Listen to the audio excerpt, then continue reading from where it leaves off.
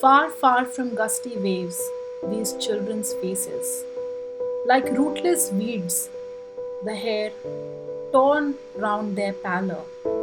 The tall girl with her weighed down head, the paper seeming boy with rat's eyes, the stunted, unlucky heir of twisted bones, reciting a father's gnarled disease, his lesson from his desk. At the back of the dim class, one unnoted, sweet and young. His eyes live in a dream of squirrel's game, entry room other than his. Hello everyone and welcome back to my channel. I usually make my videos very funny and try to incorporate a lot of humor and memes in them so that the explanation becomes a little more interesting than it already is. However, today I will not be doing that. The reason for that is that the poem that I'll be explaining today is very emotional. An elementary school classroom in a slum is Stephen Spencer's genius take on poetry that exposes class differences between the rich and the poor children. Let me quickly brief you about the contents of today's tutorial. We would first talk about the setting of the poem along with a complete reading of the entire poem with visual prompts. Then we would go on and paraphrase each and every line of each and every stanza, which means a line by line meaning of the entire text. This will be followed by an analysis of all the literary devices, which in this case are way too many. And then we're going to go on and discuss the theme of the poem and also talk a little bit about the author, Stephen Spencer. We're going to talk about the author's vision in the poem. What is it that he really wants and what is his appeal? From the very first paragraph itself, we get to know about the setting of the poem. This poem is dealing with a classroom of a school in a slum. Now, I wanted to notice the indefinite article here, which means that even though the title mentions that it is an elementary school classroom in a slum, so literally we would be talking about one school. However, this poem is not talking about one school, but it is talking about one of many like this. It is representative of the entire deprived section. So here we are not talking about one school, but one of many. Now, a slum area is where houses are very dirty and people do not have basic necessities. Poem is set far away from the velvety and luxurious life of the rich. Now, far, far from gusty waves. The word gusty literally means sudden outbursts of something. And here we are talking about gusty winds. So we're talking about very strong and energetic winds. Please understand this is very opposite to the children who are not at all energetic and are sitting with very dull faces. The school is very far from the luxurious life of the city, and this distance may not be as physical as it is symbolic, implying that these children do not have anything in common with the energetic and strong youth of the city. These children's faces like rootless weeds. See, rootless here is a word which means something which has no hold or base, something which is not strong, and weeds are unwanted plants. So in a way, the children's faces are compared to rootless weeds, weeds which have no base.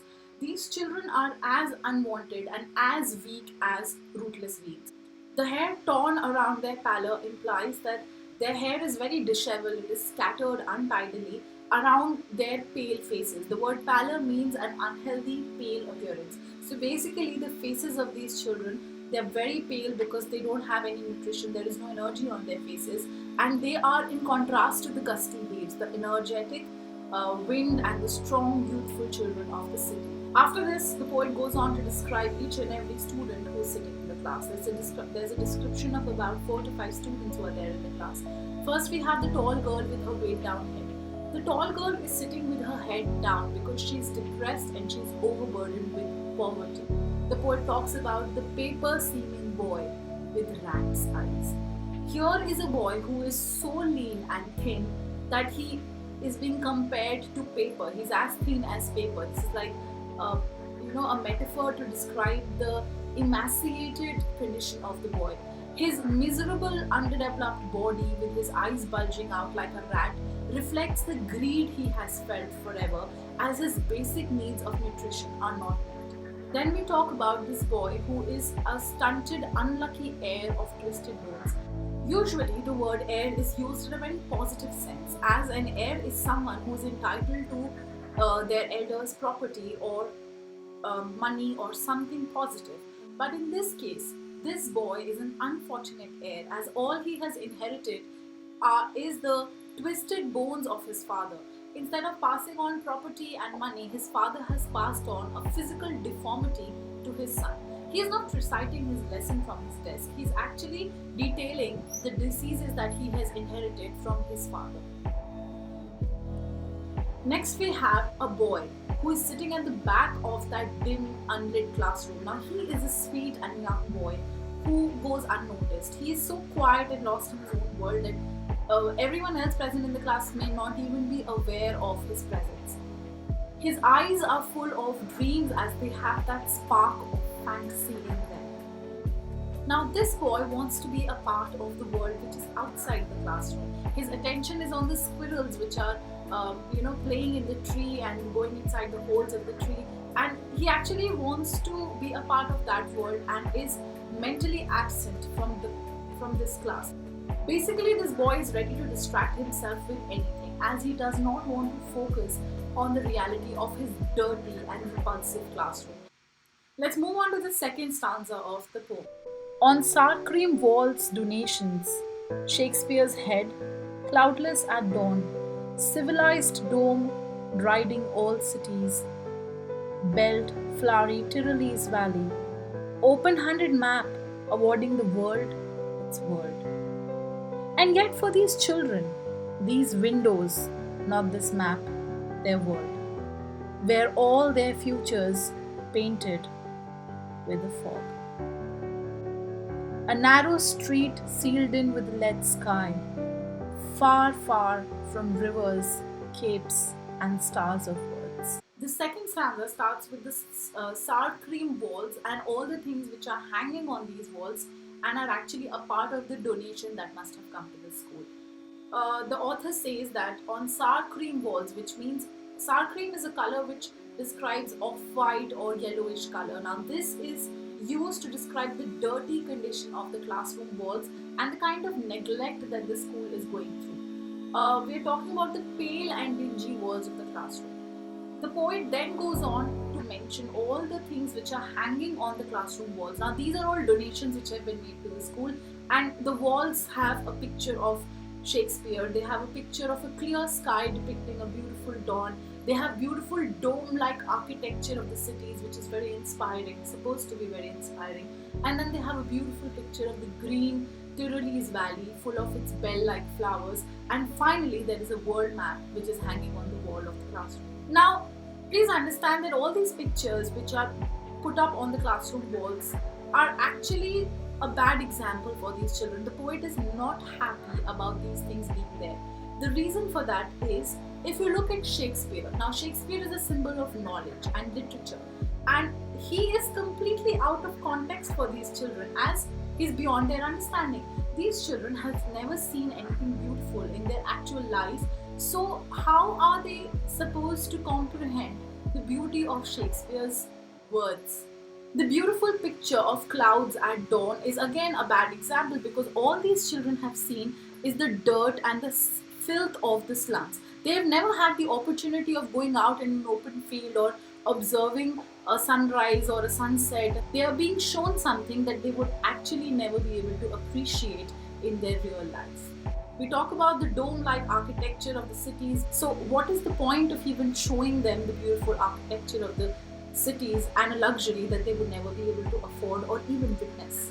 You know, Tyrolese Valley with its bell-like flowers represents the world that celebrates civilization, progress, and delightful magnificence. This is in complete contrast to the dull yellow walls of the slum. And most importantly, it says an open-handed map awarding the world its world. Now, the map is open-handed. The reason for that is it is offering itself to them. Awarding the world its world, that means awarding the world of the children, the world that they live in. That means all the continents, oceans and seas and everything together. So basically, the map is awarding an insight, a little information to the children about what the actual world looks like. Now, this world is there to explore and know. A map of the world is of no use to them as their world is narrow and stuck in the boundaries of poverty and misery. That there is no point in showing the world map to these children as their world is limited to the filth that they see outside their window. He says that where all their futures painted with a fog, a narrow street sealed in with a lead sky. So their entire future is uncertain. Their future is painted with fog. Now, fog is a word which you will notice a lot of times in the poem. The reason for that is fog is symbolic of gloom, dullness, uncertainty, and bleakness. And that is exactly how the poet thinks that the future of these children is. A narrow street sealed in with a lead sky. The street on which these children are living in, it's a very narrow street and it is very cramped and it is sealed with a lead sky. Lead is symbolic of pollutants. Lead is supposed to be one of the most toxic pollutants out there. So lead sky shows the kind of toxic environment where they live in, all the mound of garbage that we dump in the slums and the filthy conditions. So here lead sky refers to the toxic environment of these children. These children are far away from rivers, seas that resemble adventure, excitement and beauty, as well as from the stars of words. Now this symbolizes the wisdom that can brighten anyone's future. The children are deprived of these bounties of nature. Surely, Shakespeare is wicked, the map a bad example, with ships and sun and love tempting them to steal? For lives that slyly turn in their cramped holes from fog to endless night? On their slag heap, these children, where skins peeped through by bones and spectacles of steel with mended glass, like bottle bits on stones. All of their time and space are foggy slum. So blot their maps with slums as big as doom. We now move on to the third stanza of the poem. Now here the poet is calling Shakespeare wicked and he's calling map a bad example. I have already explained this to you. However, let's look at it closely. The word wicked means evil or morally wrong. Shakespeare is misleading these children as his writing usually talks about the world of ships, sun, and love. Now, these are unreal things as the children of the slum will never get to see them. These things would prompt them to steal or use unfair means as they would desperately make attempts to escape from their cramped holes. They wouldn't offer any refuge but would rather be an instigation for these children, as now, after looking at all these things, these children would be tempted to indulge in criminal activities to acquire these luxury. He says, for lives that slyly turn in their cramped holes from fog to endless night. Now, slyly means in a cunning and manipulative manner, and cramped is a place which is uncomfortably small or restricted. Basically, the lives of these children are manipulated in such a manner that they keep revolving around the dirty, cramped holes of the slum where they live. They start from fog implying certainty. Now again you see that the word fog is repeated here. An endless night implies an endless or never-ending misery. On their slag heap these children wear skins peeped through by bones and spectacles of steel. Now slag heap is a word which I've noticed that all my students get really confused about because they keep asking, and this is also a question which I've noticed is asked in the board exam a lot. Slag heap refers to a hill which is made of garbage or waste material, usually from a mine. Okay, so these children are actually residing near these mounds of garbage, these mounds of toxic waste. Please notice the possessive pronoun here, their slag heap. It belongs to them. So this possessive pronoun there has been used before slag heap. This is to basically show that their entire environment is nothing but a mound of toxic garbage. In this case, it could also refer to the wasted body of the children. So these children live on this slag heap of toxic waste, implying that their entire environment is nothing but unhealthy, toxic, and unpleasant. These deprived children are so skinny that it appears that they wear skins peeped through by bones. You're supposed to wear clothes, you're not supposed to wear skins. But these children are so skinny, they're so emaciated that it looks like they're wearing skins without any bones and without any muscles. All of their time and space are foggy slum. Please notice here the poet is trying to say that whatever time these children are spending and whatever space that they are inhabiting is nothing but a foggy slum. Here we notice a tone of anger in the poet's voice. He shows his outrage at their condition by suggesting that the maps on the classroom walls should show the reality of their lives. He says, so blot their maps with slums as big as doom. This map is showing them a world which they will never witness and is making false promises of travel and of exploration. So instead of this, it should be blotted with dirt and squalor, just like the reality of these children. Unless governor, inspector, visitor, this map becomes their window. And these windows that shut upon their lives like catacombs break open till they break the town and show the children to green fields and make their world run azure on gold sands and let their tongues run naked into books, the white and green leaves open, history theirs whose language is the sun. Now finally in the fourth stanza we see that the poet is a little hopeful. He says that unless governor, teacher, inspector, visitor, all the important people in the society come together to do something for these children, till then there is no hope for them.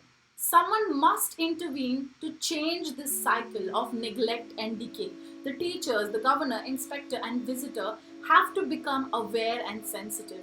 They have to do something to improve the conditions of these deprived children. It is very important. He says this map becomes their window. The map that they're seeing on the wall has to become the window to the world. They should not only see beautiful things on the wall, but they should also be able to see beautiful things in their real life when they look outside their window. And these windows that shut upon their lives like catacombs break open till they break the town.